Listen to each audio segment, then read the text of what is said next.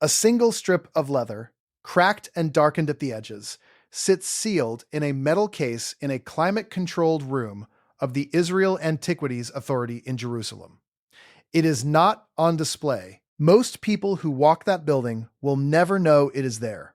It carries Aramaic writing older than any page of the New Testament, and it comes from the Book of Enoch. Church leaders voted Enoch out of Scripture at the Council of Laodicea in 364 CE, banned it, buried it, called it dangerous. Then, in 1947, the Dead Sea Scrolls surfaced at Qumran, and among them were 11 separate copies of Enoch, more copies than most books that stayed in the Bible. And when scholars translated the oldest fragments, they found the passage the church had worked hardest to erase.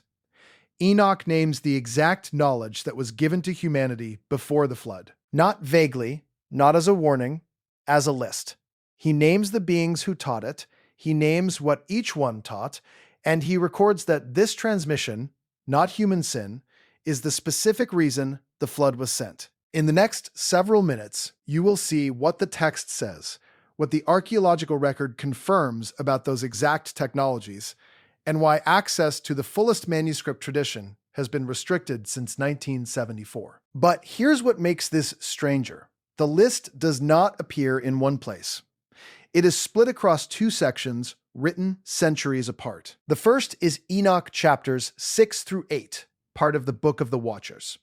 The second is Enoch chapter 69, buried deep in the Book of Parables. Aramaic fragments of the first section survive at Qumran, cataloged as 4Q201 and 4Q202, dated on paleographic grounds to roughly the 2nd century BCE, older than any gospel. The Ge'ez manuscript tradition in Ethiopia preserves both sections complete. Michael Knibb, whose 1978 Oxford edition remains a standard scholarly translation, noted that the chapter 8 passage reads, unlike the surrounding narrative. He meant it does not tell a story. It itemizes. It assigns specific arts to specific names the way an inventory assigns items to a ledger.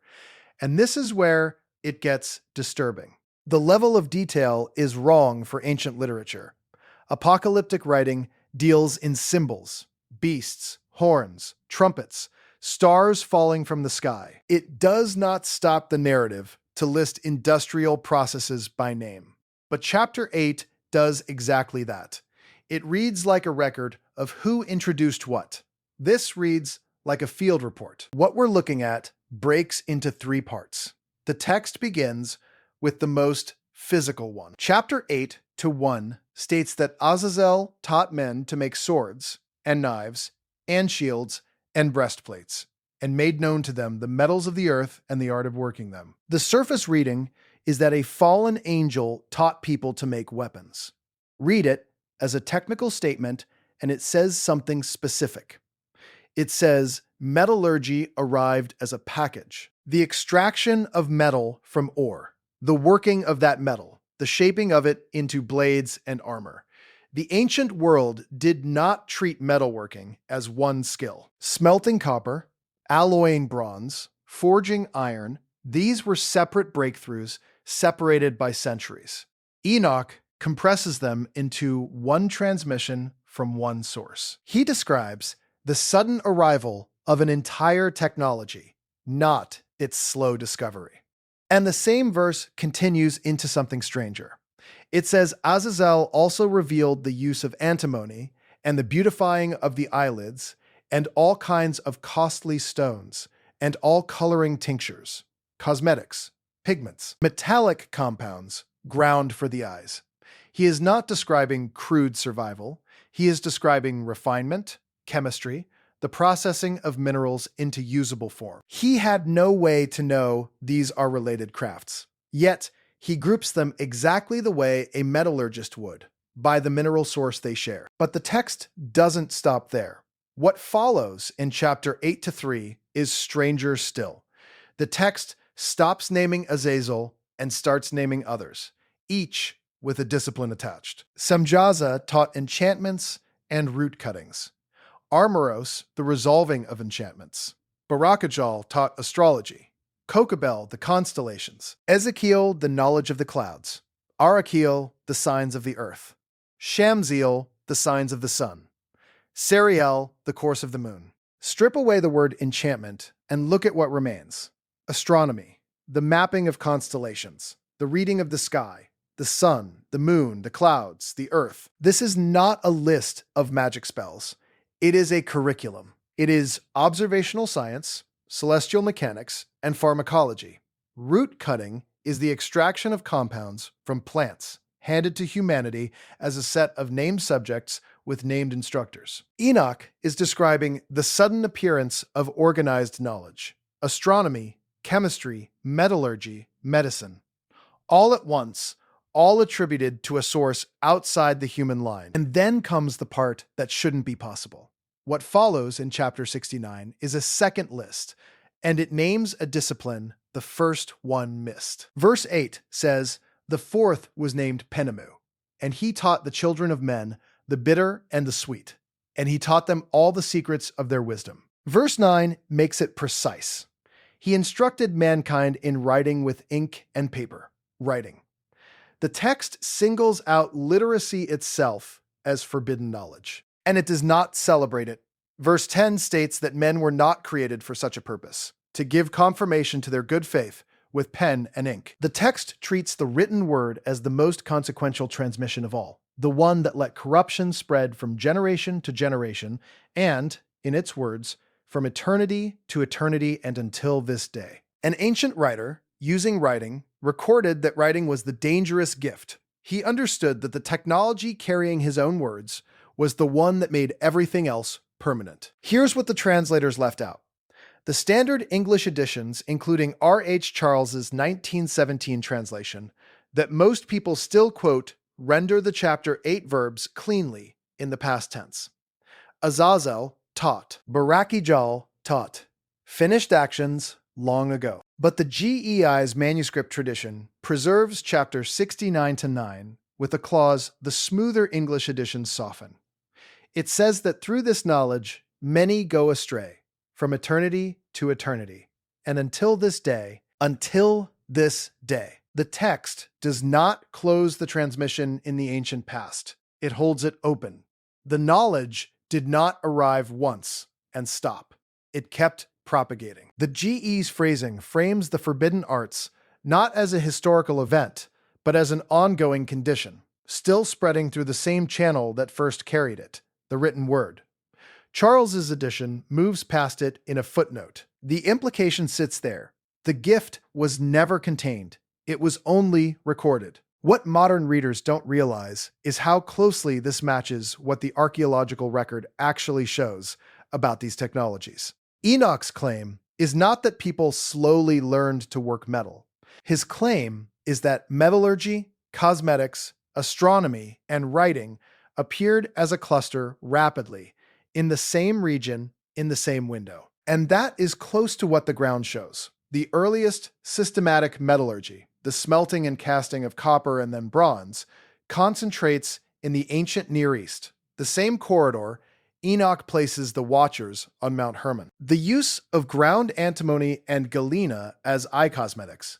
Coal traces to the same region and the same early period. Organized astronomy, star lists, and the first true writing systems all emerge in that same cradle within a compressed span of centuries. The text describes a sudden bundling of metallurgy, chemistry, sky mapping, and literacy in one place.